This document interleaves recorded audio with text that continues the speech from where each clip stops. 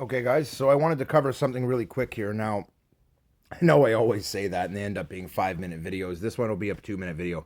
Um, I've got these prepared for my connectors. Just snip off the ends. Next, I just tin them. Same thing here. We just snip off the ends, tin them. Really easy.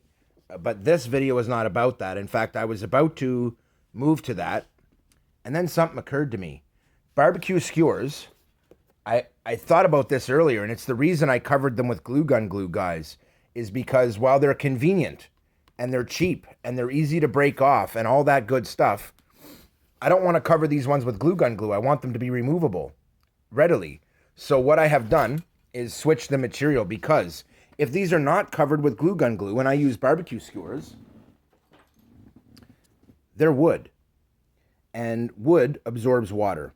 So if it is in the rain, those will not be the best thing for an exposed connector, basically. So I've switched to this guy. These are carbon fiber rod sections off of this. This is from an umbrella frame. A lot of people use them to make kites. They're good for all kinds of things. All I've done is cut off one length, okay, here. And now I have, in this much, you know, when you've got about a foot of it, you've got more than enough. So I wanted to cover some other materials that would work. So hold on just a second. Okay, so some other materials I thought about that would work. When I took a quick look around my place, for me, you know, the barbecue skewers wouldn't be that big a deal. I don't really ride in the rain very much, but occasionally I do. And I'm not one who's afraid of the weather, so I wanted to cover that.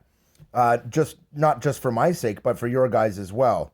That being said, I'm going to put a little goop in here, but it won't be rubber cement. It won't be epoxy. It won't be glue.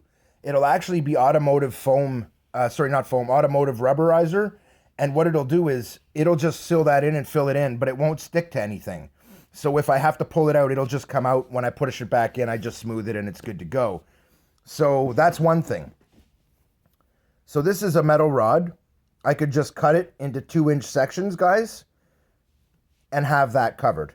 Also, metal knitting needles. They work awesome. You can use these. Also, regular plastic knitting needles, okay? They're nice and thick. They've got plenty of length. And I mean, if you look at the length of that compared to these other options, they're huge. One knitting needle has more than enough material on it to do all 4 segments, because they only need to be about that long, and as you can see, we can definitely do 4 of those out of this. I don't want to use the big red bright ones, because then they show.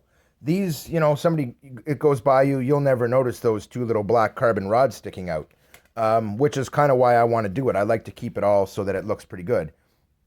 That being said, we're at 3 minutes.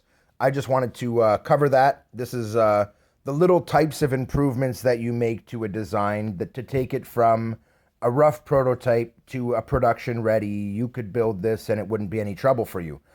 I go through a lot of testing, but it's not because I need to. It's because I want to give you guys as many options as possible. You could use cheap wood barbecue skewers if you want, but if you're going to do that, you're going to have to cover the ends with glue gun glue and surround them with glue gun glue. Pull them out first, then surround the end with glue gun glue, then push it in till you're hit at the glue gun glue after it's dried, and you won't be gluing them in place. That is another option. So I've given you a bunch of options. There's 3 here and a 4th installed. I've shown you which one I like, and that's good enough for this video, guys. So next video, you'll see the connectors on. You'll see it back on the bike and ready to go. Keith out.